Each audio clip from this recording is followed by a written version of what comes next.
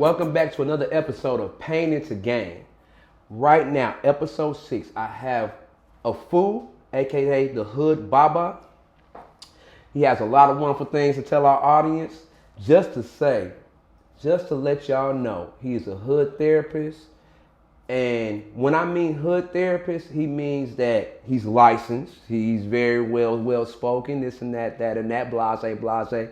But he's gonna tell us about the things that we go through that I feel like will pertain to our mental health.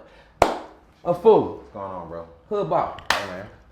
Man, nice to meet you. Glad to have you on the show. Man, it was a pleasure to be here, finally. Finally, man, I'm just glad to have you, brother. Glad to have you. Yeah. So, man, tell us about a fool, the Hood Barber. Tell us about yourself just a little bit. Just get dive in. Wait a minute. Would you like a little something before we get in? Yeah, I'll take a little. All right, then before we dive in, a little razzle dazzle. you know, hell, get a little something in that little twinkle.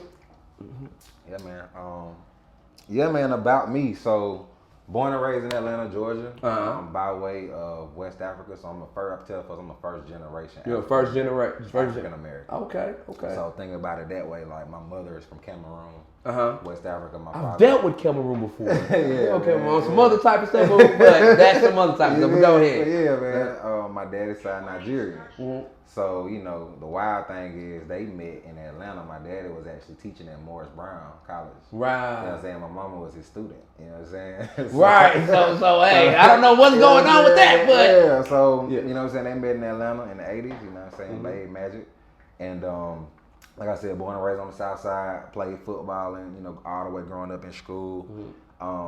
That was my lane. You know what I'm saying? Ended up coming to A&M. Played ball up there. Won the championship. Alabama A&M, the Alabama A&M University. Okay, HBCU, they popping right now. Absolutely, go Bulldogs. Yeah, and came up here with the plan to go to the NFL, and when that didn't happen, I still realized God gave me a purpose, gave me gifts. So I really went into that. I said, all right, what I'm here to do. And once I realized, my whole life, I always been with my friends, my partners. Again, we talked about a little earlier. We from the hood, we from the street. So, understandably, I've always been the safe space among street niggas. Right. Among, a certain... And everybody has that guy in a street kind of setting that's always been that guy that we know that he's not necessarily want to participate in any street activities because he's something bright out there for him. Something different. Yeah, something different. And I talk about this in my book. I wrote a book called King Without a Crown. And I talk about I had real good partners because again, I was one of the top linebackers in the state of Georgia. I was, and I tell a story, I almost got a felony when I was 16. Right. You know what I'm saying? Shootouts, real deals. We don't get into you know what I'm saying? We don't get into all that. To sit with the fact that I had partners that was look, bro, you gotta be at the house, And it never was no me feeling bad. It wasn't about me being soft or me not being scared. It's that's just not my lane. So, doing and that's the most important thing. Yeah. That's the most important thing. Know to stay in your lane because that's when you start faltering, when you don't recognize who you are. Absolutely. And you go in somebody else's lane and expect riches and rewards and merits. Somebody else's work when you not even figure yourself out. Right. So continue. No, yeah, for real, man. And so really, again, just trying to be safe. Again, I come from a household, single parent, had a younger brother, an aunt, and also a cousin who was schizophrenic. So my household looked like me essentially being the man of the house and having to navigate a lot of women and my younger brother. So doing that while also being an athlete, I'm I gotta get up out of here. So ended up getting full scholarship offers. Ended up coming down to a couple schools, Alabama A&M being one of them. And ended up seeing Robert Mathis, my big bro, who's not my big frat brother. He played for the Indianapolis Colts, the best football player I ever seen in my life. I fell in love with A&M, came to visit. I said, I ain't never seen as many black Hold on, pause. Yeah. That's what's up. But let me go ahead and just bring you back just a little bit. Let's bring you just a little bit. All right, then. You say you grew up in Atlanta, Georgia, right? All right, then. You say you being the first, or your parents being the first immigrants coming around, right? Yeah. And as being immigrants, I'm Panamanian too as well. You know what I'm saying? So, I have people around that say, hey, man, coming to this country, what was is there any heavy prevalence are any kind of, I would say, a lot of people of your descent in Atlanta? Absolutely. I mean, the thing about it, man, is like culturally, like I be telling folks, like we was the original like rich Africans in Atlanta. Like my daddy owned one of the first pharmacies in Atlanta. Oh, He was a word. pharmacist, right? Oh, word. So he came to this country on a scholarship. Like my granddaddy had 5 wives and 19 children, right? Okay. So giving a little bit about culture, my dad came from money, so he came here playing tennis. My mom's side came to the country via missionaries. Wow. So you gotta understand, it's a large communities in most cities like this. A lot of Africans in Huntsville too, but in most cities, it was in Atlanta early. You had so many educated Africans that came in with a lot of education and affluence and hunger exactly to find the American dream. Right? Because my whole life, all I knew is every time we get money, they sending it back home. So I knew poverty with my mom, not because necessarily, she didn't make a lot of money, but really we knew poverty as she started to make more money. She was a professor, but the professor don't really make shit. But it was like the money she got, she was splitting it between just making sure we had what we needed. Y'all was straight and then then dishing out. Fact. Dishing out. So when you think about like the dynamics in my daddy, like he ended up, going from doctor shit to being homeless. He had his own demons. So mine. And that was gonna be my next question I was gonna ask you. That's my next question.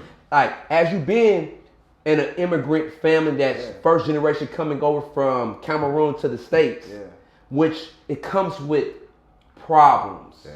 It always do. You know what I'm saying? Green cards. You know what I'm saying? Even though, like I said, even though that they were scholarshiped over here, but they're on scholarship for a certain time. Absolutely. You got to stay going. Yes. You got to become a citizen. You got to basically be a part of this culture, this society. So, you think about back home, we always talk about hood problems. Like, niggas somewhere in the hood. Think about the village, right? Right. No, I know. You got to live in the outhouse. Think what I'm saying. So think about the behaviors of street niggas, of hood niggas. Think about in the village the level of poverty that would have somebody that you love your blood turn on you. You know what I'm saying? So we think about hood politics, think about village politics, but think about having to deal with that from thousands of miles away. You know what I'm saying? So your whole life, you hearing your mama deal with your cousin them, your auntie them, all they problems, but they don't really know what you got going on in the street. Exactly. Like I'm about to duck a felony, mama. Like I know I'm an honor student and shit, but I'm outside. You know what I'm saying? Yeah, because you still got to eat. You feel me? So it was a lot of you having to be one way here, but you go home, you African, you head of household, you doing cultural shit. You know what I'm saying? So it was a lot of that. And as in the African culture, and as immigrants come around, they set a certain standard for their kids. They set a certain standard. Like every culture, not even just Africans. I would say Italians, Panamanians, Spanish, whatever, Korean. I mean, any ethnicity, Oriental, whatever. They set a certain standard because when you come from a certain area from the world and make it over to the United States, people don't know how precious and how good we have it over here. Because I remember when I went to Panama and I realized how good I had it over here. Today it was crazy. Like my daughter. Today we went and gave some food to this guy. She was gonna get something to eat, and she was just like, "Dad, I want to go get him some food." So we did it. And in them moments, bro, it make you realize, bro, like you really got family. The only reason I'm in America, my granddad had my grandfather had 6 kids. I got most of my aunts and uncle, my uncle over here. Most of my aunts and they're back home. Right. So my mom was my mom and my aunt. The glue. Was the one that was over here. So I think in my head, like, bro, it really would have been her. When I was born, she sent me back over there for like 2 years. My granddad made her come and get me. Because he said that something was going on. He wanted me back in America. Just think, if it wasn't for my granddad, my mama would have left me over there. Because culturally, they would rather you be raised over there than raised over here in America with these values. Understood with those Eastern values versus Western core values. When you're not in a 2-parent household, because my folks went together, so you think about that, and they think about, bro, being over here and just even being broke, bro. If you got a car, if you can move around, if you got clothes on your back, if you got a place to lay your head, that's a great start. Come on, and the reality of it is, because America, I call it the crooked room. The crooked room, the crooked room is shaped in a way that it doesn't have us see the gifts that we're given. Right. Like back home in the country, in the village, whatever like that, you don't got access to the TV and you're not seeing what you don't have. Right. You present with what's in front of you and what's good and what you feel, right? The love. I feel that. So you think about America, we so used to, damn, I got this, but shit, I need more, nigga. I need this shit. I need a more car. I need another car, another house. That's how come they call it the American pie. Because, we get pies. We don't get the whole thing. But when you living in poverty and that kind of level, like, you don't even experience poverty. You talking about crumbs. Come on. You know what I'm saying? So it's a different level of understanding what life is about. I know that's what influenced the work that I do. All right, then. Well, let's slow it down. Yeah. How was education for your family? What was, since you said your mother was Yeah, she a doctor. She a doctor. A doctor of nursing practice. And your father came over for because he was a pharmacist. A pharmacist. So hell, he a pill guy. Yeah, I mean, but as you change and move on, I'm just saying, how's the educational level for you growing up in your household, being an immigrant? Well, you being a second generation immigrant, and they put that. What was it like that? Put that stipulation on you. Well, I think growing up, bro, you just understand. For me, freedom was always my thing. So I knew if I wanted to play football, it wasn't no football if I didn't have the grades. If I wanted to be outside and I wanted my mom, who needed me, to also kind of just be easy and let me do my thing, it was like, okay, let me be responsible and do what I'm supposed to do, so she can leave me alone. Bro, I tell her I never had a curfew. I never had a curfew. But me neither. I never had a curfew because, for one, I need you to get this from the store. I need you to go over here and get this, get that. But when I was 15, my mom... You was basically leading the house. You feel me? When I was 15, my mom gave me the keys and was like, hey, just be safe. Be responsible. Well, nigga, I gotta give you that one. I ain't had no curfew when my homes I get cussed out for coming in late, but it was just still I still could move how I move because at the same time, I feel you on that. So we're here on this one because I've basically been leading my house since I was about 15. And a lot of it, and thankfully, it's sad to say, but thankfully I had a mom who didn't stress the money part. She stressed the education part. So my mom, it wasn't like you got to go get a job. She was like, you got to go to school. Right. You got to go to school. So for higher education, because her thing is with a terminal degree. My mama was getting her doctorate when I was graduating with my master's. What? You see what I'm saying? So it's like, I think about having a mama, you really can't say shit to. My mama one of the smartest black women I know. So when it comes to nursing, anything, higher education, my mother is tenured professor. She cream of the crop, but we stay in Riverdale, nigga, we in the hood. So it's a certain dynamic with her to where it's like... Bro, we got a kindred spirits on this. I ain't saying my mama had that degree, but she worked for the government, but we still stay in the project. You see what I'm saying? So everybody thought we was rich.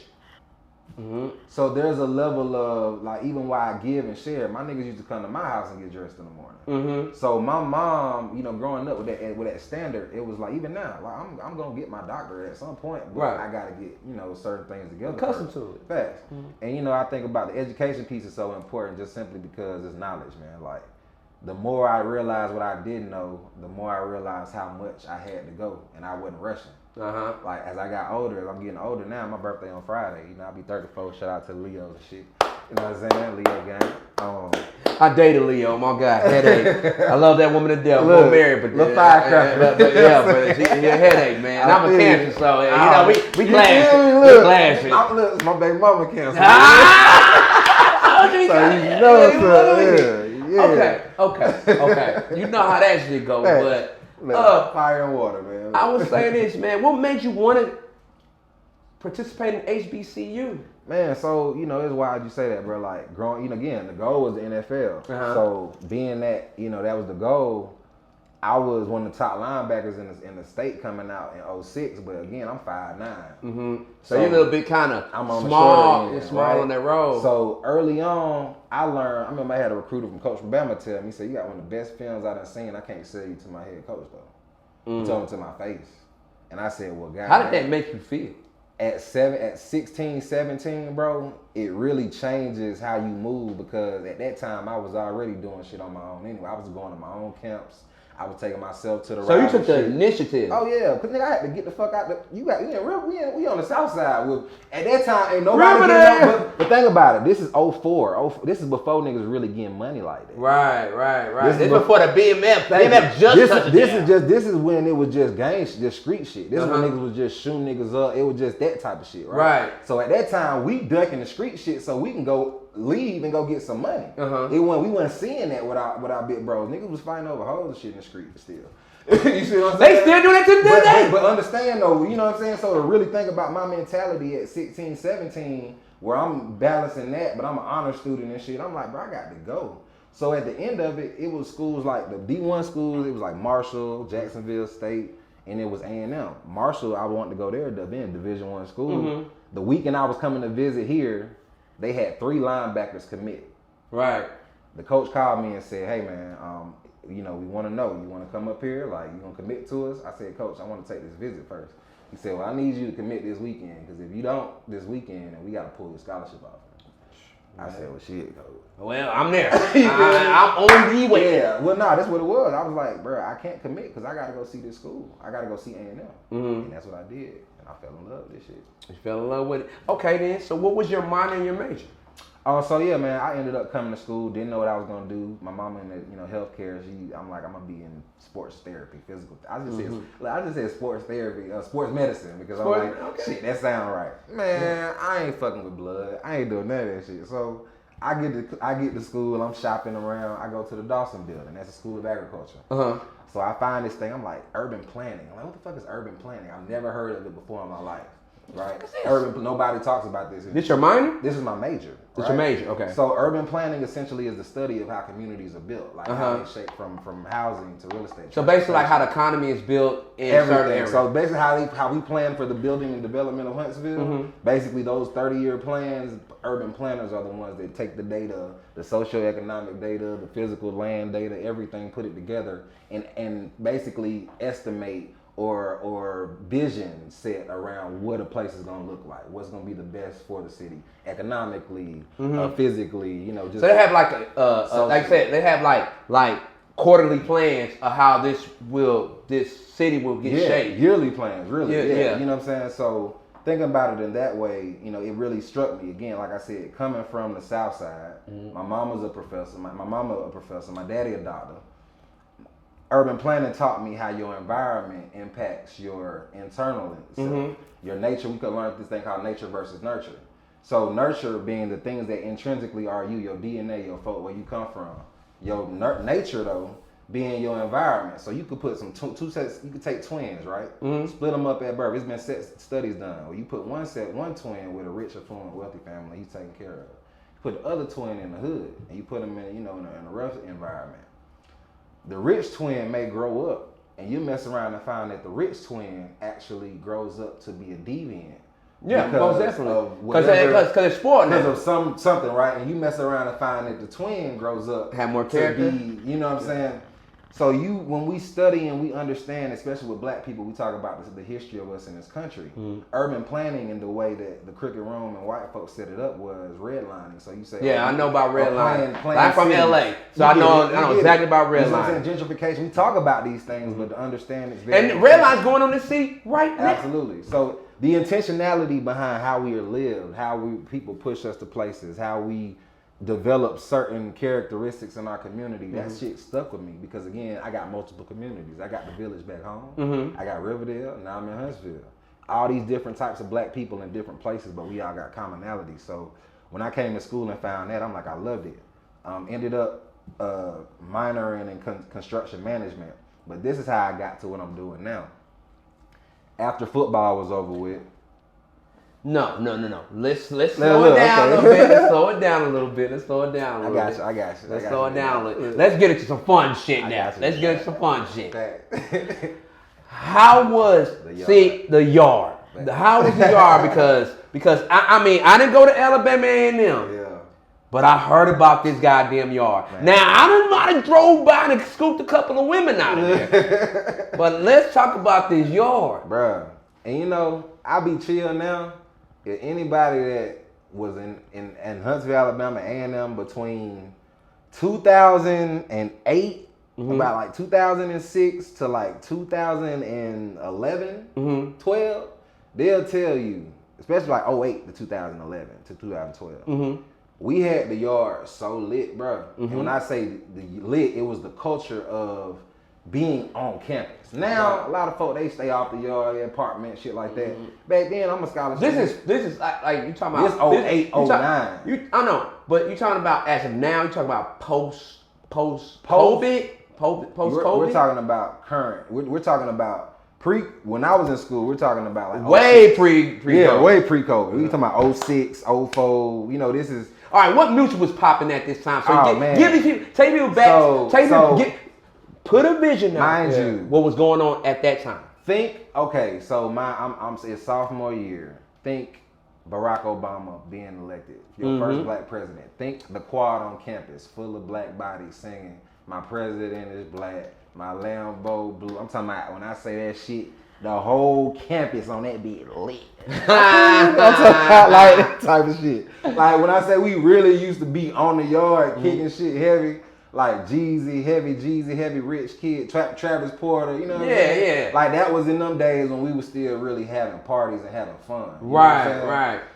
Back in the day, man, like especially with fraternities, like we would rival the club. Like if we was throwing a party, like the clubs would be like, damn, we know we got a battle with the Qs this weekend. Right. So it was one of them type of vibes where we knew we could really get the whole yard to come out and have fun with us. And it was love, like. There's a group, you know what I'm saying, the VBB, Voluptuous, I think, Big Beauties on campus. And when the founder, right? Voluptuous Big Beauty. Look, he smiled, he knows exactly. Look, cameraman, the cameraman, I know about it. The cameraman know about that. Up, right? They know about that. Look, when the founder's my girl, man, Cookie, like, she would always say it publicly, like, I would always give her love and give them love and be like, you so beautiful, you gorgeous, like, every time. But this is before, you know, big women was a thing. This is before, right. This was big titties and small. You know what I'm saying? This was just when, like, but it's like, nah, we love black women, all shapes, all sizes. Like, you get that from me. Right. Like, you know what I'm saying? You gonna get that verbal love and appreciation and affection from me.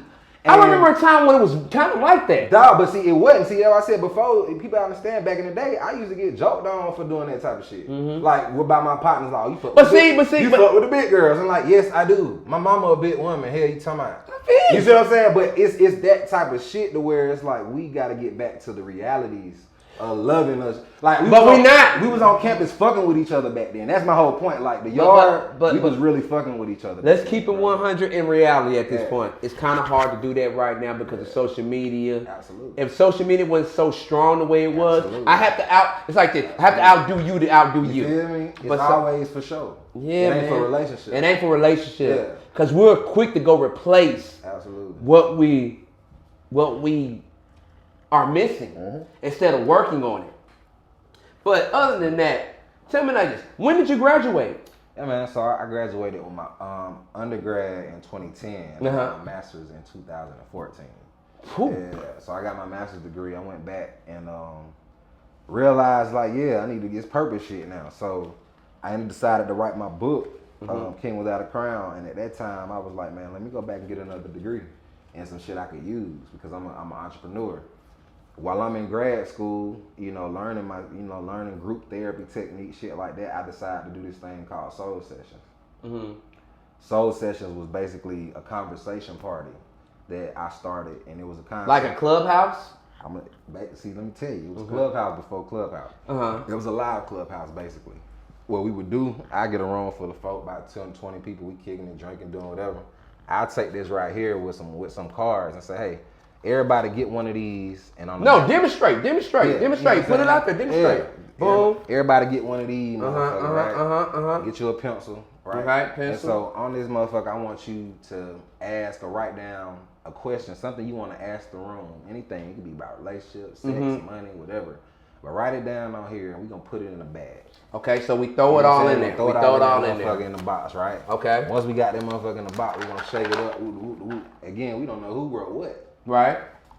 So now we're gonna. It's a mystery box. It's Pandora's box at this point. So now, whoever wrote, hey man, you ever got your toes sucked from the back with woo woo? You know what I'm saying? Whatever crazy. That's pretty dope game. You know what I'm saying? Whatever crazy question, we're having this conversation with the room. There's no judgment because you don't know who said it. Right? So, that's pretty dope. I might have to steal that one. Hey man, look. So we started doing this at the crib. You know, again, I'm like, let me transition from cute dog, frat football, and then get to wine and shit. I started to be, you know, what you see today. Let's, you know, little sauced up players. A little sauce play, you know what I'm saying? Cigars, little this, little that, you know what I'm saying? Cigars and wine and shit. So you started. I feel like this. You started maturing. Absolutely. To the point it's like this. Look, there's this level, and you know, there go this party and this and that. Now start getting into my life. It's substance. Yeah. When I wrote my there's book, a time and place for everything. Fact. When I wrote my book, I was at that point in my life where football was over. That's all I knew. That was the get money shit for me. If you on the streets, it wasn't that rapping or it was music. It's football. Right. So my thing was like, all right, that's done. So how I'ma still be the wealthy, influential, powerful nigga that I know I am. Right. That's why I went the book route. That's why I went the event. Like, let me put some shit on, create some shit, build my own shit. Yeah. So niggas can respect like what I'm saying. I might not be a rapper, but I'm coming like. But see, just because you're not a rapper, don't mean you don't have a word to speak. Absolutely. You can be a motivation speaker because, be honest with you, absolutely. I'm gonna keep it real with you. I don't listen to rappers to motivate me, and in a context to build my life. I might listen to a rapper to make me feel good for that time being. Yeah. I might listen to a rapper and maybe say like, I'm gonna get some more money. Fact. But talking about like for mental health, I'm not listening to a rapper for no mental health. Like, I love Lil Boosie. He's probably one of the realest rappers. But I'm not listening to Lil Boosie be like, shit, you know what? I need to go in the studio and go. I'm sorry, Lil Boosie, I love you to death. Nigga, I damn near almost got a haircut like you. But that's not what I'm looking for. I'm looking for people like yourself.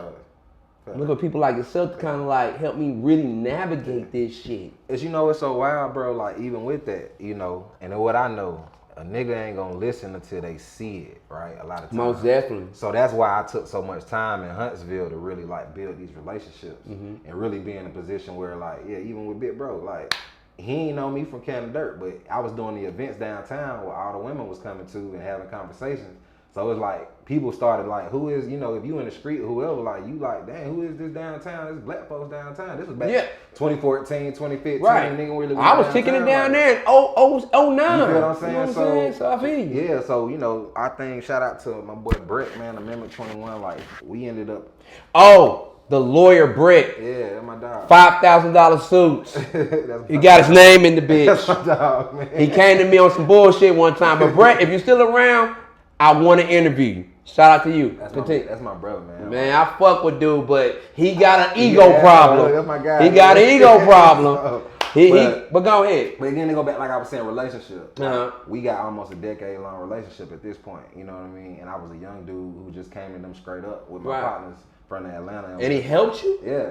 You know, Britt helped you? Look, we just came because we came to him at Amendment and was like, hey. Britt from Malibu? Yes. That's my brother Brett with the Jack. Like, yeah, that.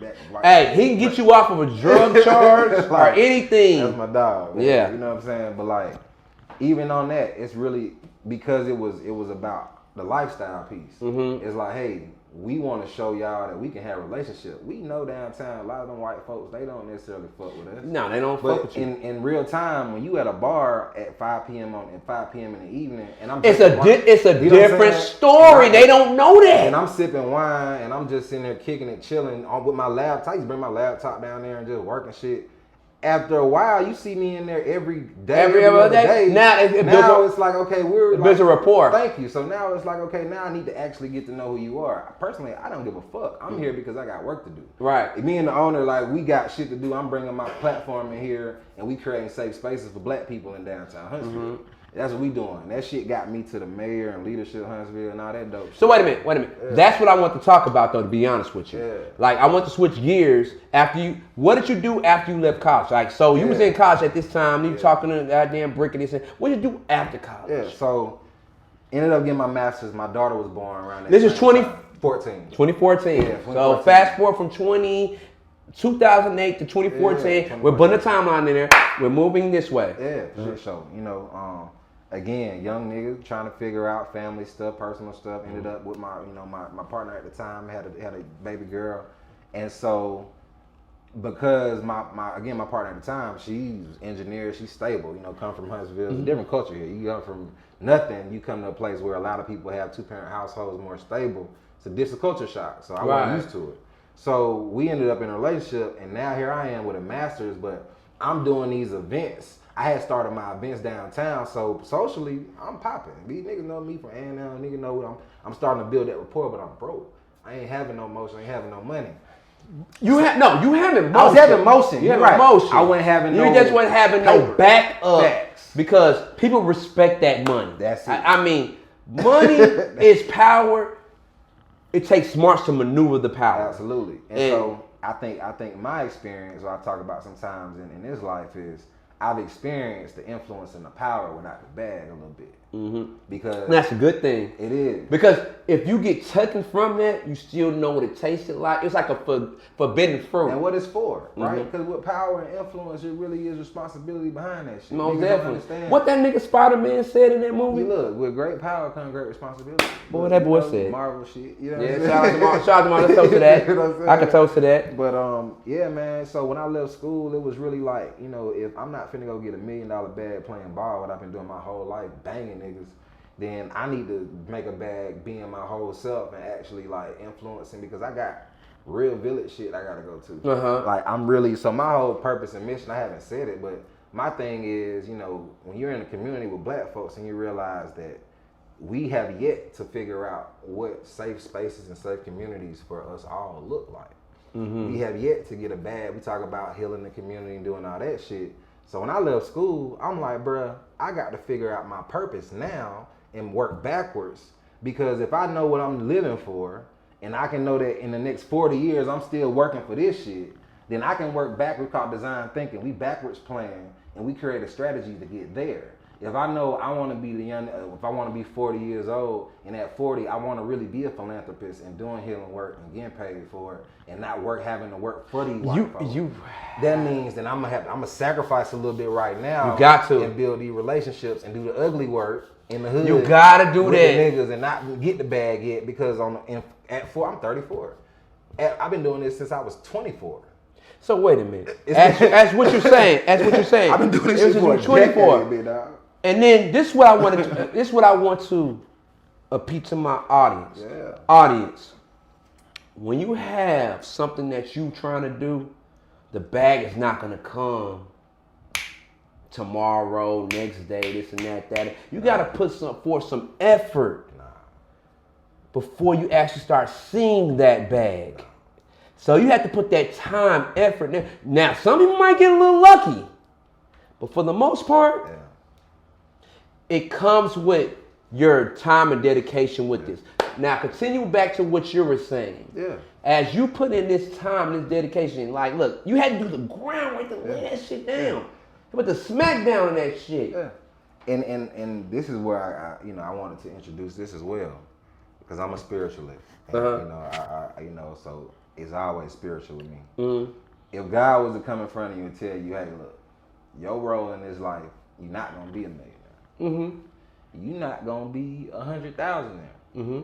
You're gonna have what you need, because your work in this life is to actually help people and heal people. Right.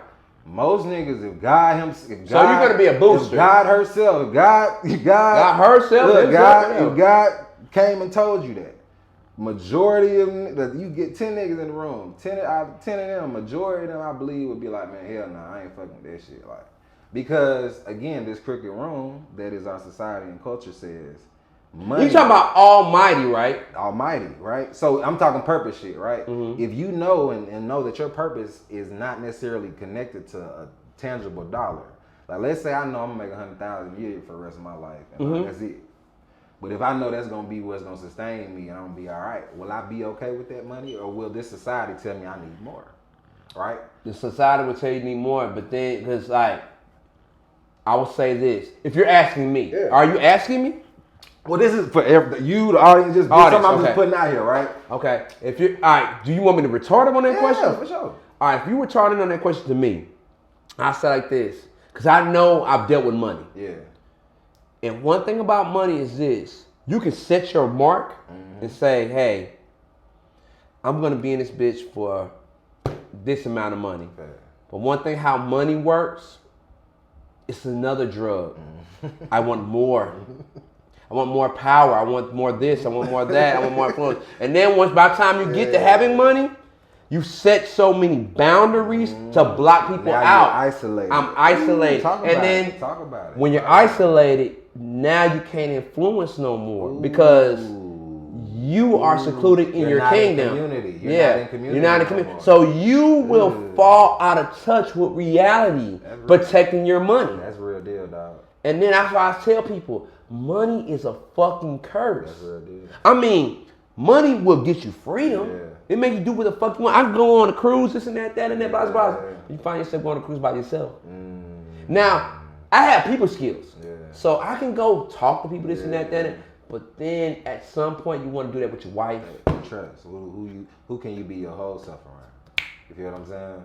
Who can you not have to look over your shoulder for every 2 hours or wonder why? Now, even if you got a legitimate. Facts. Even if you got a legitimate. It's more so saying like this. I've acquired all of this. Yeah. For what? To be like, for what? Yeah. And so my path, bro, and it goes back to my granddaddy was a preacher. On my mama's side, on my dad's side, my great granddaddy was an indigenous healer. A lot of this is us, and I'm speaking specifically to black men. If you listen to this right now, find your purpose, because your gifts, of course, we know we can make money. We can make money. A lot of us, we can make money. We got gifts to go get a bag. Majority of us now in our 30s and pushing 40s, a lot of us now have yet to find why we're getting the bag. You know what I see a lot? Why? You know what I see a lot? This is what I see a lot. I hate to say it.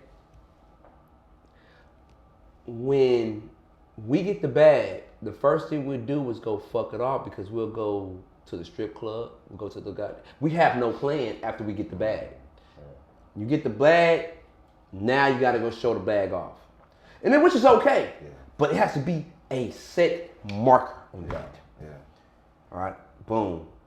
But then when you have no plan, because a man without a plan is doomed for what? Failure? Right. And it looks like, I just think about, and I think about even with my work, going back to kind of the question you asked about when I left school, I had to realize that there's a part of me that's an abolitionist. And when I wrote my book, on the back of my first book, King Without a Crown, I called myself a generational activist. That was my first title, before trap therapist, before hood, blah, blah. I was a generational activist. I didn't know as a young nigga that would hurt me professionally, even though I'm smart and shit. As a young nigga, you not finna come in these white folks in Alabama on some activist shit and think they just... And they gonna fuck with you. You know what I'm saying? Like, so you have to, they have to grease the gears. So think about this, right? I'm doing all that, and I get into Leadership Huntsville, right? So now I get on the Mayor's Advisory Council. You know what I'm saying? Shout out to all my leadership folks. There's somebody in there watching. So it's like a collision? So the Leadership Huntsville is basically the city's leadership program. Hold on. That's what I kind of really wanted to ask you. It's like, how, before you even get into that, how did you even tap into working with the, like, look, I did some digging, I did some background checks on you, right? I did some little digging. And I found that you partnered with the city of Huntsville, Alabama. So you partnered with the county of Madison. I did a couple things. You did a couple things. So my thing is saying like this, for one that's looking to do what you have possibly even came close to even doing, how do you even go about that before you even start saying that you did what you did? Again, it goes back to the planning part. The planner in me. The planner in me saw that my event, it wasn't just a conversation party. It was a platform. It was a social engagement platform that was a part of my startup company, Sophisticate. I have a startup company. It's a social architecture firm. That the goal of it is to create safe spaces. So this is the LLC, IN type of thing. Yeah, startup. So the time I was doing it in Huntsville, I was going up the road to Chattanooga. They got the innovation district up there, and I was getting taught and advised and mentored by a lot of individuals in their professional entrepreneurship space. So at the time I was doing it here, I was building a company that now I know, and today I could give you a pitch deck and my business plan that it's gonna be some dollars, some zeros in them budgets, because everybody like him. You see what I'm saying? Everybody like zeros behind their check. But think about it. The lane though is mental health. The lane is wellness. The lane is safe communities. So that's the real bag. That's the real bag. So to sit with me and to really get money with me and to work with me, you really got to look at the whole picture. So when you see my How's Your Heart doing merch and you see the events and you see the cool shit, the fun shit, when I be on social media and all the pictures and the shoots, and I do a lot of different campaigns with the Hawks and all this fun shit. It's relationships. Shit building. So it's matter of fact. Yeah. Let me expunge upon that. Tell my audience about relationship building, because a lot of folks will whine and get in their feelings. Because once you do business, you cannot have feelings. Yeah. Well, and when you show them, you kind of would get exposed to the point they would exploit you. And you just said something, right? So y'all that's listening, I teach emotional and awareness, emotional intelligence. So it's not even that business with black folks or indigenous people is personal. I understood. So the reality though is not that the emotions is wrong, it's that we have displaced emotions. So when you displace your emotions and then you place unrealistic expectations in a business relationship or situation, now that is when you are left with an imbalance. So now you're left with the thinking that you're getting out of this something tangible, but in reality, you're supposed to get the relationship out of it. We have been convinced in America that getting money is about like just practical 1 + 1 = 2. Money and you my friend. So wait a minute, let me put the 1 + 1 when you say 1 + 1. Yeah. You my friend, you supposed to help me. Well, not even that. Okay. In terms of I got a product, you need it, I can provide it, you can pay for it. So now this is an exchange, right? Capitalism. Yeah, that's capitalism. Type of shit. But we know though that in real life, business in the marketplace is built off of social shit, relationship shit. Agreed. In real time, the nigga that fixed your car or the person that cut your hair or the individual that do, it's trust there. Yeah. Now you have an ecosystem and a community of people that now, when things get real, you can actually connect to and say, all right, I got a death in my family, or I got this going on, or that going on. So if there's something that needs to happen, the person with these skill sets and that skill set and that skill set and this good and that service and this food or this whatever can actually be in position to do what we need to survive to navigate it and navigate the world. Mm-hmm. We have again gotten convinced that by this crooked wrong that it's about just gaining money to hoard, when now your family that you, like you just so eloquently stated, when you isolate yourself from your community, from your kingdom, because now you done self-proclaimed yourself as the king. Now the shoemaker or the shoe shiner or the cleaner that really supposed to be your right hand because he's trustworthy and because he don't snitch and because he's somebody you can actually be a friend to, you don't know him. You don't know him. You don't fuck with bro. Because you don't fuck with bro because you look down on him because of your station and your status, whatever. You see what I'm saying? Exactly, because Absolutely. I've had to deal with that in my lifetime. You know what I'm saying? As I've moved around in my life, it's more so saying like this, man. It's like saying like this. When you gain some goddamn, and then be like this, you know how like as we come as teenagers, all right, we're out there drinking and partying, but there's some of us, man, look, I gotta go get a job. What you mean gotta go get a job, man? I'm got this blunt to smoke. I can smoke shit, bro. You gotta get up out of here. I gotta get on out of here. All right, we got to be better than this. Yes, you know but you telling him that, but he's telling you, man, you acting funny. What do you mean I'm acting funny? I'm just trying to evolve and grow up. That's what we're trying to do. That's it, bro. I'm trying to evolve and grow up. So what do you tell somebody that's not achieving as much as you, and then just because you're achieving just a little bit faster than him, don't mean that his time is not coming. Yeah. Well, I want to state this very clearly. None of my success came from the fact that I had a daddy in a position or I had a mama in a position. My folks from Africa, so when I came to Alabama, that's when I got introduced to who your folks is. Right. And that's some southern shit. That's some southern shit. But I'm a West Coast nigga. They don't ask that. Being in Atlanta, it was like, but in the country, it's like who your folks is, and I'm like, shit, you don't know. You know what I'm saying? Right. But to the extent that now you realize that anything that anybody sees me as, anytime I'm out here and folks like, oh, I know you, what's up, bro? Like, whoop. It's not come from any money that I put. It's come from social currency. Right. It's come from the value that I add when I walk into a room and I open my mouth and I speak my mind and I give my input, or I actually open up a space to the healing that comes through my body, right? I know who I am, very much so. But I realized as a young nigga, I was a little too vocal about this knowledge and awareness, and I scared folks in positions. Did that hurt you? Absolutely. So anybody listening, this is what I want you to say. Hold on. Before you get into that, because I know what you're about to say. Mm-hmm. I want to put this out there first. How did that, like, for somebody that's looking at trying to be like a therapist and go to school, what would you tell them before you even say what you say? Because to be honest with you, because this show is called Pain into Gain. So what I'm trying to tell you is this. When my show is based on the premise of saying like this, look, we all come from a fucked up place, or you may have a little acknowledgement, this and that, that and that. How do you change yourself to goddamn be like, you know what, I'm gonna better myself. Yep. So this is what I'm trying to say. For what you're saying, what would you tell somebody about at least that part? Yeah. How to matter of fact, I'm not gonna get into the college part. Yeah. I'm not gonna get into college. I'm talking about how to deal with the city. Absolutely. Because a lot of people want to deal with the city. They got a lot of programs and a lot of grants for. A lot of people just don't even know about these things. Don't wait for nobody. Start it. Just do it.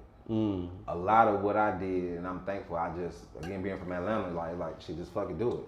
We went down there. We presented our plan. It was put together. It was structured. We had an opportunity to show up, and we showed out.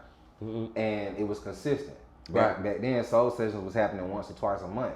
People was getting used to coming. It was something they was doing. Whoa. I had to stop you. I did some research on you. What is soul session? Man, soul sessions is my baby, man. Soul sessions is... So you grew this from the bottom up? Yes.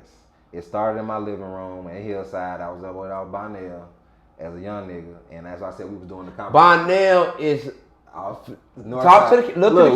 We talking real North Side, Huntsville, Bonnell Drive, man. The old Hillside apartments.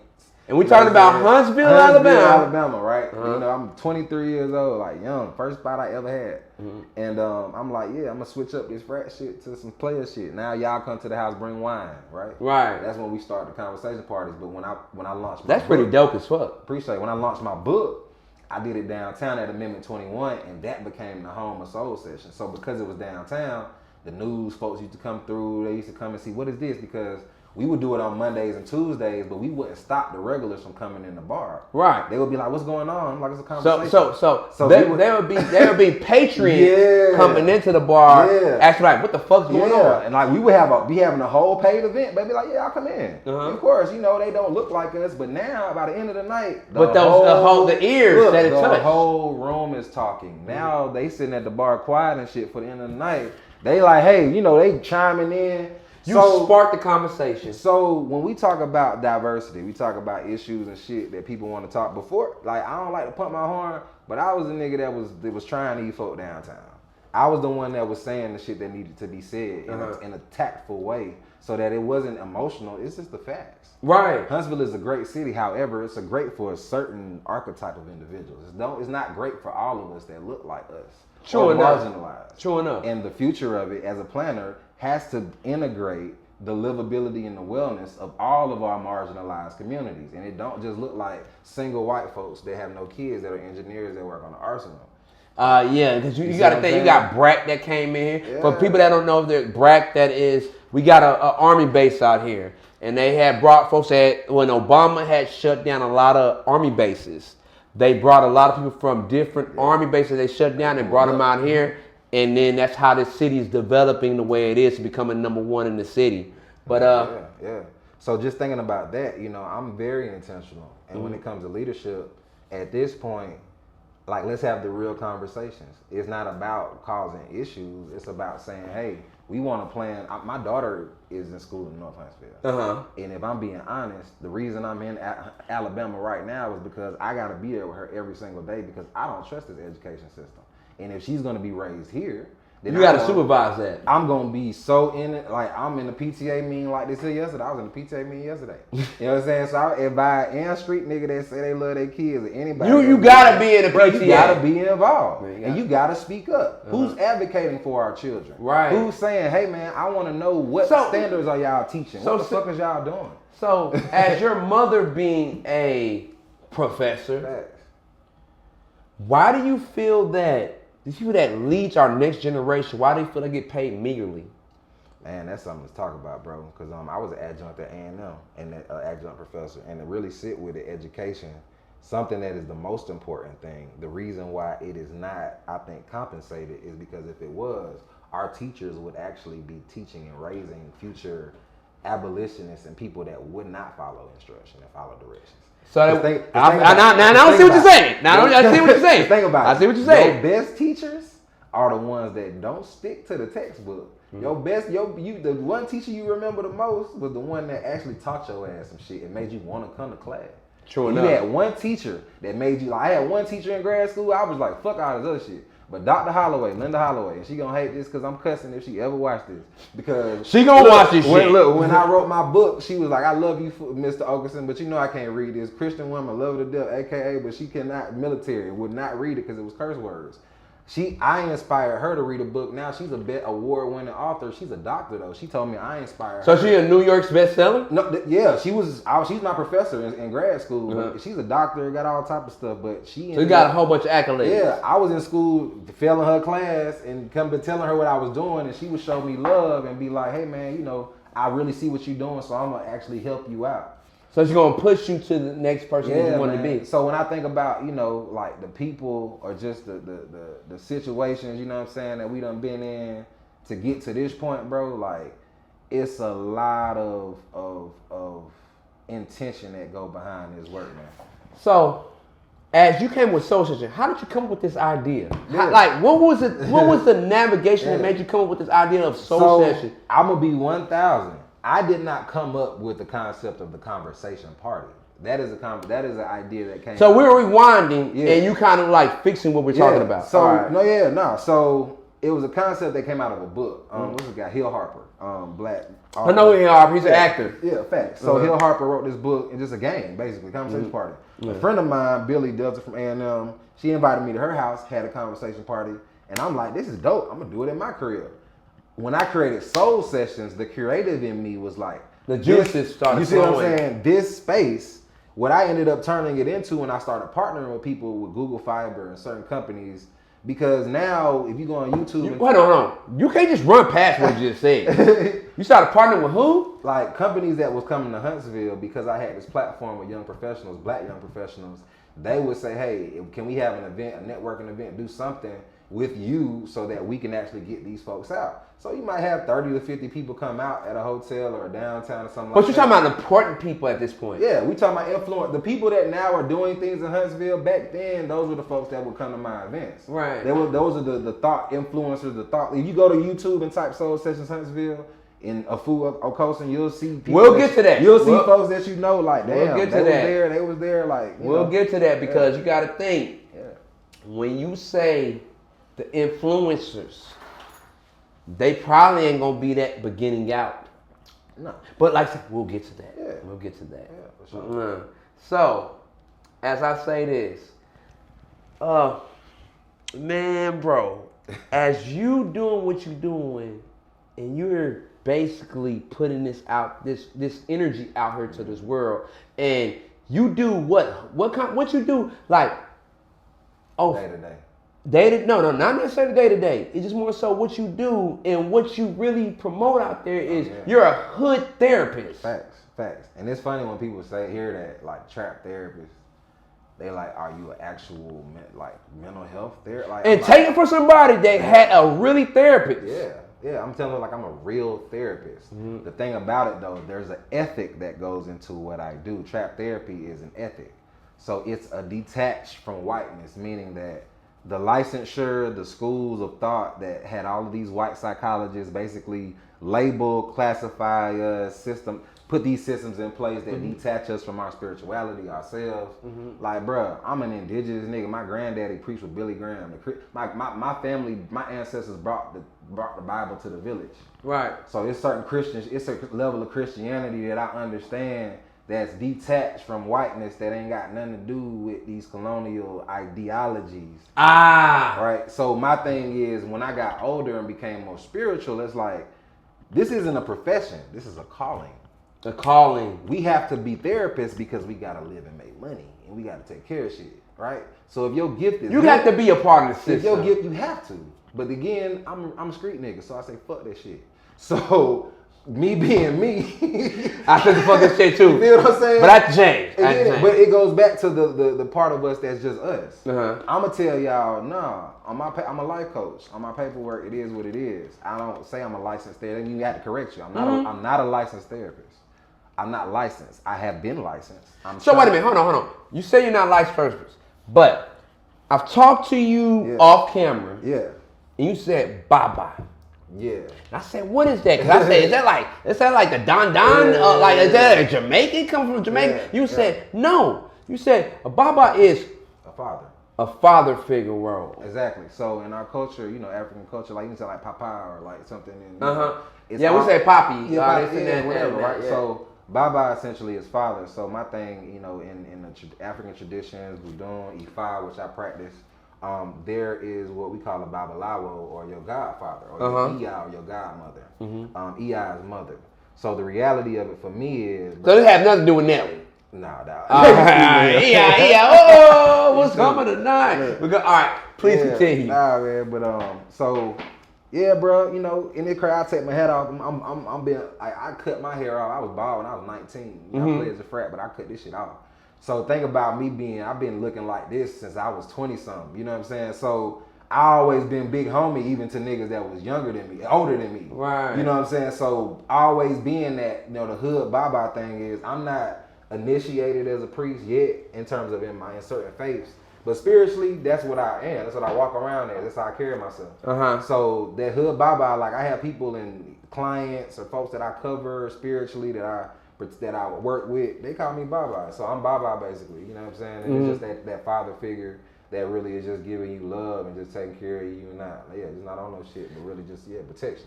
I like that. Yeah. That's pretty dope as fuck. Yeah. I ain't gonna even lie about that. But this what I got to hit you with. I got this segment of my show. It's called Put Me On Game. I gotta go. It's a question-based game. Sure. It's an if or. Okay. So then I'm have to ask you these certain questions. Elaborate on them, but don't stay stuck on them. Man. Probably put a paragraph in the game. Man. Put a paragraph in the game and just say, hey, damn, man, this is how I fucking run it right now. All right, then. This is how we run it, man. All right. This is what it is. You want to put me on game. All right, now. Let me ask you this question. Would you rather have power or fame?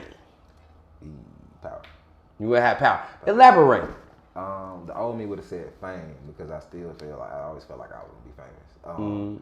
I say power because power, at the end of the day, in the right hands, I feel like there's a certain level of understanding that with power, because I'm afraid of power like that. So Me too. I say power because I know I'm gonna inch into it. I'm not just gonna be on some shit. Power can have its effects. Exactly. There's energy that comes with that. So I think fame not as much because fame. I'm good. Yeah, fame gonna feed ego. Yeah. Yes, fame gonna feed ego, but fame does bring power in some instances. Absolutely. I thought about it and I said that too, but I realized. But you might not have the power, like, say like a record exec. Yeah, me being me, I told my brother this. I said the world ain't meant for you yet. I've been in the South Side. I've been in the South my whole life. So I think about like when I get to moving around and spreading my energy in the world, that's the fame gonna come. Like, makes sense. It's a lot of famous people that have no power. They can't move the shit across the board. Now these questions, these questions are not right or wrong because people move different in the world. So, but I fuck with you on that one. All right, now my second question would be this: real estate or logistics? Which one would you prefer? And that's kind of hard. That's a good ass question though. My spirit is saying logistics. Logistics. Why would you choose logistics over real estate? People would say you cannot make no more different land, but then again, you have to move shit to get to where it needs to go. Point. I think that the idea of movement, the only thing that never changes is change. Change is the only constant in life and movement and things moving. So logistics. That's pretty good. Yeah, logistics for me, I think about because if you know the flow of shit and how things are moving and growing in the world, then you always going to essentially be moving around, having motion. Having motion. You know, real estate, it's great to be still, but even with that stillness, it comes the movement of the world to keep flowing. So I say logistics. So logistics, you're running with that. Yeah. Okay, now we're gonna run with our third one. I like a yacht or a jet.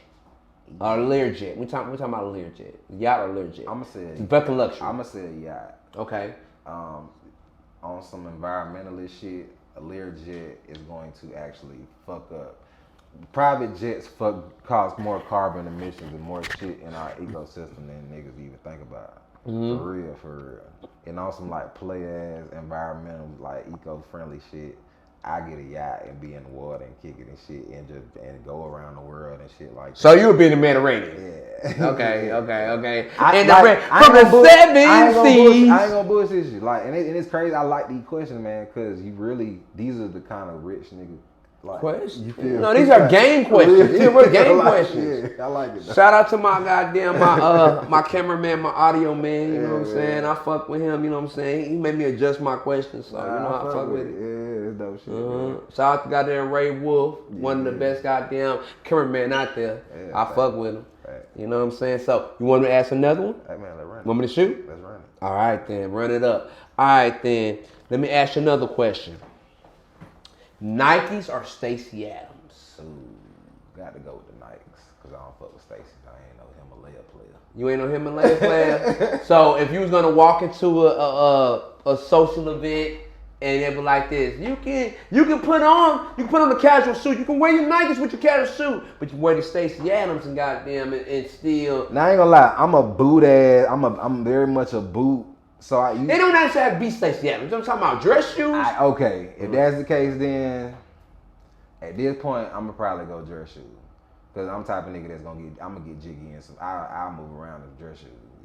You know what I'm saying? And tell me why. Or some boots or some shit. I got a little girl. And tell me why. My thing with dress shoes is like, nigga, I'm already ready for business. Like, always. That's why even now, sometimes I move around just like this with the So you're a businessman? Yeah. It'd be more business play, like play business. Like, I have slacks on with this shit on, but I'll be at the park with my daughter running around in this shit. And then I'll throw these on to go to a meeting or some shit. Like, you know what I'm saying? Let me tell you a quote from Baby Boy. Yeah. It's all purpose. Yeah. It's all purpose. Real shit. Like, now I'm gonna probably wear some Nikes. Don't get me wrong. This is me. Yeah. But I know when I dress up, different kind of people talk to me. Different shit. It different flavor. Even just, I'm a detail guy. So even thinking about like, you know, my suspenders, I always have staple pieces in my wardrobe. Is that like a Alan Flosser or something like that? Yeah, you know what I'm saying? Like, I don't even know. That's like Alan Flosser because that's his texture. Pattern, yeah. That's so patterns. That my thing is like I do think I'm a lifestylist. So think about cigars, wine, anything that in attracts laws of attraction. Anything that involves you actually having to like be detailed or like you having to know, either you know or you don't. Right. And that ain't got to do with necessarily money. That just got to do with attention to detail and you having a life and being a person. I was telling somebody like with my clients, one of my longest term client is a multimillionaire white woman in Texas. She met me doing a workshop and now she's turned into one of my donors and she donates to my trap therapy fund for black women and black men. You know what I'm saying?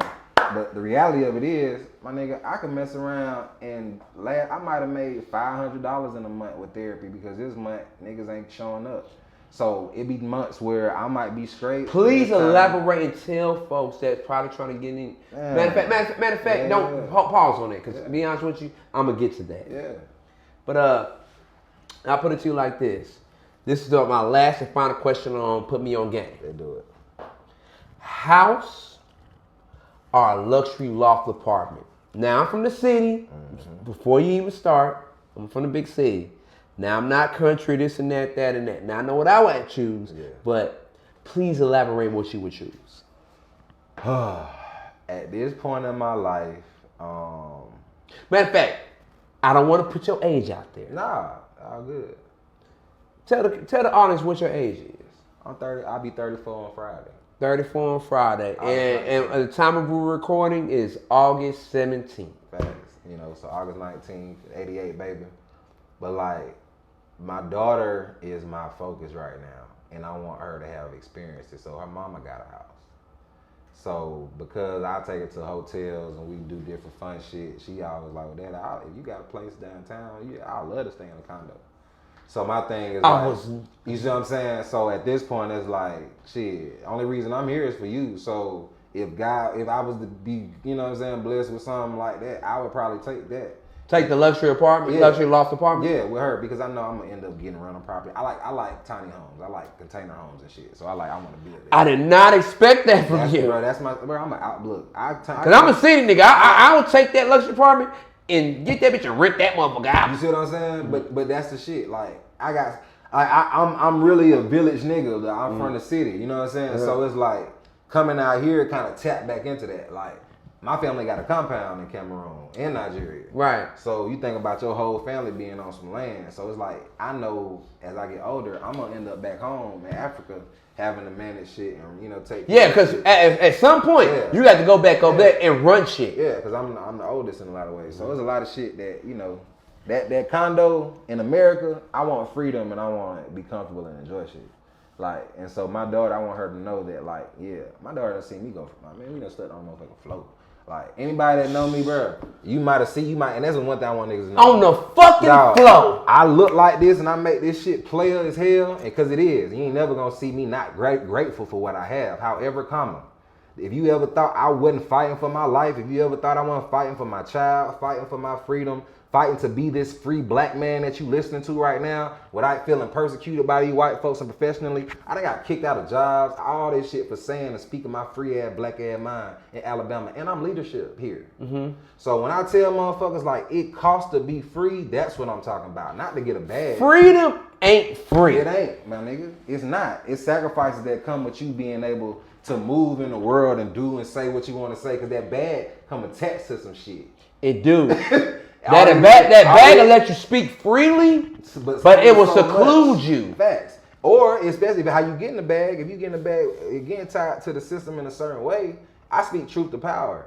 It's a lot of people here that have told me, hey, if you just dress this up a little better, fool. If you just wasn't so hood, if you just wasn't this way, if you wasn't this way, you'll be over. But there. I can't reach my people. You'll be working at A&M. You'll be. But doing, you can't reach people. That's you need what to. I know, and I know that in 10 years when I'm 44 and still look like this, that when I'm in in certain places and I'm a little more relaxed, and my young niggas then became older, it'll make sense then. Right. But now because I still am at the clubs, I'm still with the students on campus because they don't know. They know I'm big bro, but they don't know I'm really big bro. Like I was here 15 years. I was here when you was in elementary school. Right. So, yeah, but right. I tell them like, hey, I'm here because I want you when you leave campus, I want you to know that you don't got to go back home.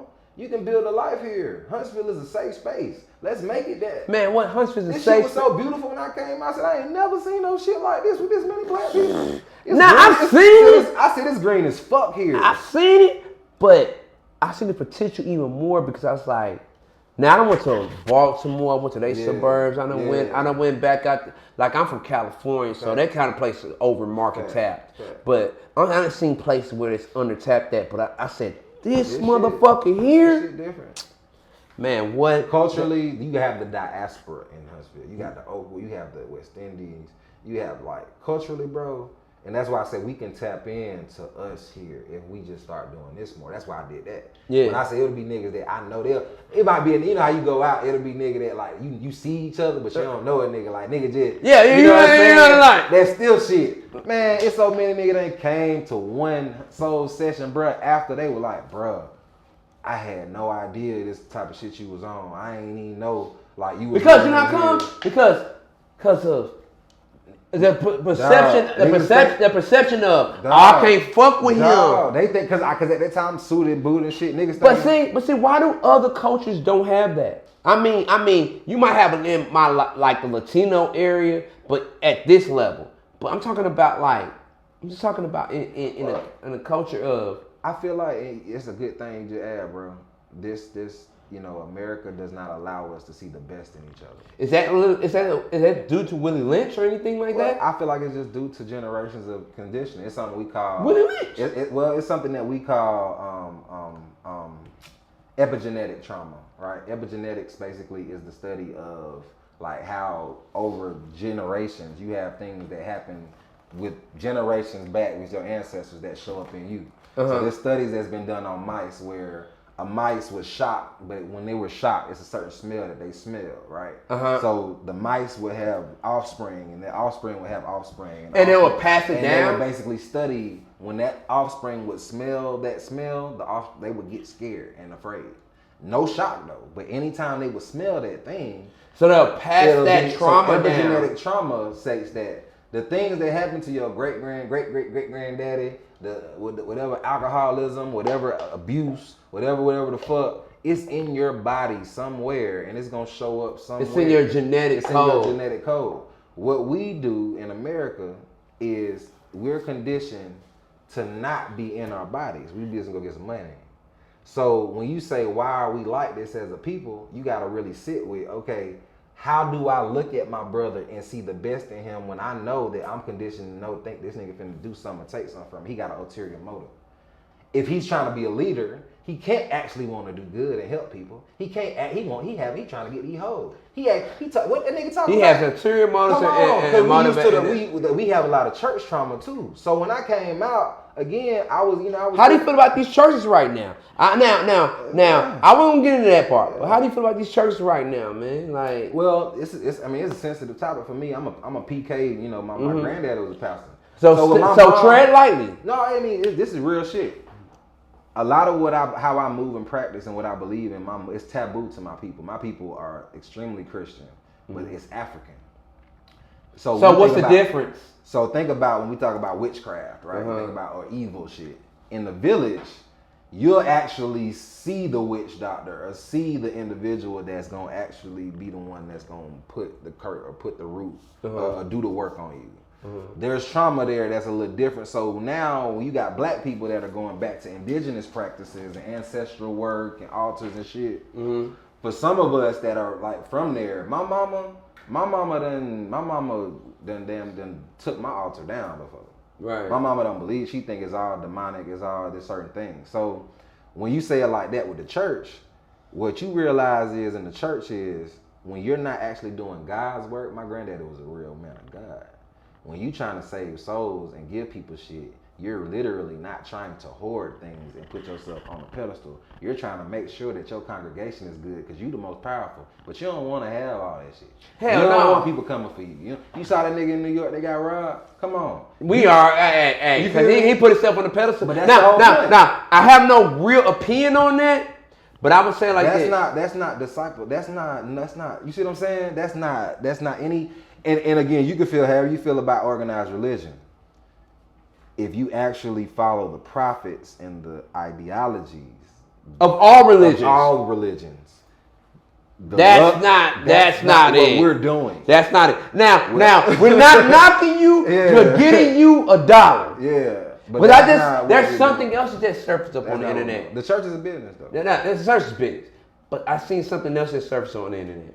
I seen this preacher get in his feelings about because he didn't get him a bottle watch from his congregation. So he basically talked a lot of mess on his congregation. Blasphemy, bro. That's blasphemy. That's what Jesus turned the fucking table over for. Bro, when I say, I ain't gonna bullshit, like the work that I've been doing it for so long, and I'm just so consistent with it because there are so many of us, specifically men, and I hate it because I never want to be the nigga that was on there on a platform down talking men. Again, or black men or whatever white man, whatever. I come from that. So I real deal am so vocal. Anybody that follow me and know my platform, like I'm the one that's on the live that's talking about on my podcast talking about my own sins, how I lost my family, how I've had to heal my daughter, and I've had to get our relationship back. How I done fought for the court. How I lost everything and have been fighting to get it back. Almost lost my life twice.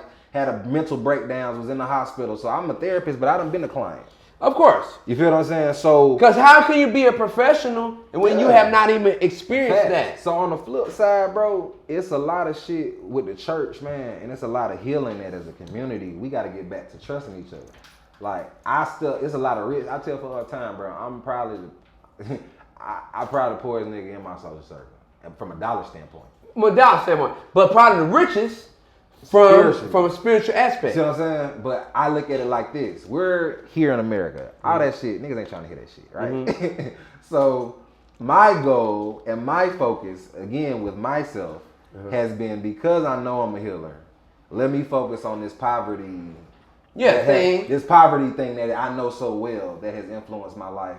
I done built a business, all that shit. But when I'm still a hood nigga, I'm still a hood nigga. No, so most definitely. You have to take But see, this show...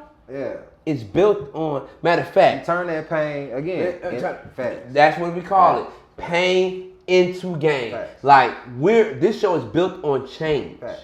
I've taken anybody to read King Without a Crown, my other book, Scared of Success, The Truth to Realizing Success in the Millennial World. Both of those books, I'm talking about my process. Most niggas write the book when they become rich. Right. I was in Hillside and wrote that book. I just had my daughter and wrote my second book. I'm like, I'm not gonna remember this period, but I got so much to get out. So it's like a Psalms 1 and Psalms 2. You see what I'm saying? So let me tell you this. Let me go ahead and ask you this. We're about to wrap up the show. We probably at our time. And so I'll say you like this. So what's next for a fool, the Hood Baba? Like, tell us what's next. What you have to put out there? I ain't gonna lie, man. I'm back in Huntsville, and it's taken me a long time to say that. I went through a lot of traumatic shit here, professionally, personally, as a young man, and I'm now in a space where, Soul Sessions was a blessing to the community, right? And I'm ready now to pop out and create more safe spaces in the city again. So right now, I'm working with a nonprofit. I'm on a nonprofit board here called 57 Northampton. We're doing some fundraisers. I'm about to start for my birthday. I'm just about to start back out with events. So we're doing a safe space this weekend. We're gonna do a little Sunday dinner over there at Winchester at the barbershop at Swagger's. Timestamp that. Timestamp that. Sunday, August 21st. From 6 to 10 p.m. We're gonna be doing that. Also gonna be doing like some hit and heal events. So some workouts as well as therapy sessions. We'll be doing some emotional support. So physical. And mental. So people think it's just mental health. No, it's emotional health. It's mind, body, and spirit. So the work I do has to do with lifestyle shit. So I'm teaching niggas how to be in their bodies. How do you sit with your child for 2-3 hours and not go crazy? You know what I'm saying? How do you really actually be there and be present? I'm a new uncle. I'm a new uncle. In the beginning, I was like, shut the fuck up. Now I found things that actually help the kid be so. They little people. So with my daughter, she done taught me so much, man. So my thing now, I'm rewriting King Without a Crown. It's gonna be an audio book album as well as an audio book. What's gonna be found on? Man, it's gonna be on everything, bro. I'm working on it now. Like, see, I listen to a lot of audio books. Yeah, I do an audio book every week. Yeah, I'm about to put that on everything. We working on it now. So that. Building my company up, bro. My goal is to do this healing work and not have to work for nobody. So wait a minute. Tell them where they can find. Look in the camera. Tell them where they can find you at. Bro, y'all can follow me on Instagram at hoodbaba _HOODBABA_. Twitter as well. If you go to howsyourheartdoing.com, that's my website. They got all the merchandise. They got everything you need to know about me. Yeah, man. I'm here. I got a lot of stuff on the internet. I got my books, King Without a Crown. I'm looking forward to really just continuing to be a voice for us. You know what I'm saying? Before we let you leave, tell the audience, since this show is called Pain into Gain, give us some game that if somebody wanted to be a hood therapist, and go through the city, get these funding, get these contracts, get these things. Tell us that before we exit off. So I would say your pain is your game. Like, your pain is your game and it's your game. There's what I call my clients. You got good pain and then you just got pain. Your pain that just hurt is the pain that sometimes we go through and the shit just don't feel good, but we try to use it to actually like build us up. And there's good pain, like when you working out and when you going through some hard shit that actually is bettering you and getting you better. But as we get older, a lot of us try to avoid the good pain. Mm-hmm. Don't avoid the emotional discomfort. That's the pain most of us want to avoid. The shit that hurt our hearts, the shit that hurt our feelings. Mm-hmm. Don't avoid that pain, because that pain is the pain that can teach you some shit and actually have you strategize and make a plan to get to somewhere.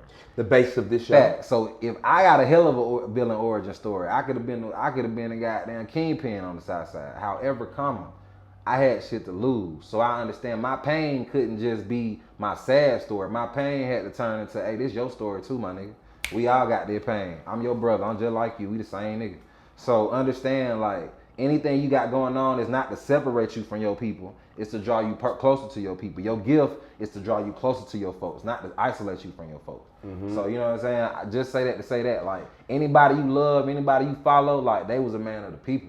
You know what I'm saying? They fuck with the people. So don't ever get this shit twisted, social media, whatever the fuck, to get a bag and be on some other shit. Nah, we have to do that because we're afraid that the people are going to be jealous of us. Why? Because of how we live our lives.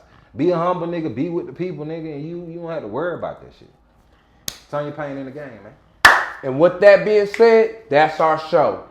Pain into game. It might hurt, but guess what? It's game. We out this bitch. With a fool? My dog. We out. For sure.